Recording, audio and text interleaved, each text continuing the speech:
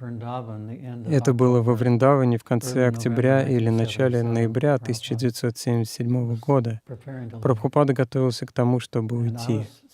Я сидел рядом с его кроватью и массировал его руки. Другие преданные массировали его голову и стопы. В какой-то момент его тело стало искривляться. Мне показалось, что он чувствует очень сильную боль.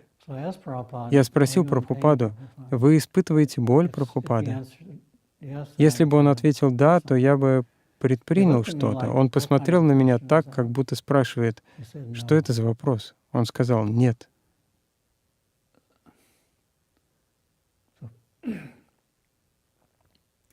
Прабхупаду это не затрагивало.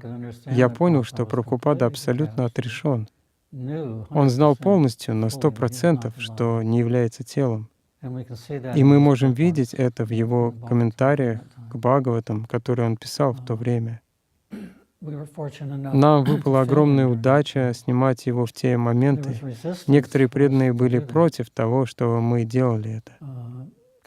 Тамал Кришна Госвами не чувствовал, что будет уместно показывать Прабхупаду в таком состоянии.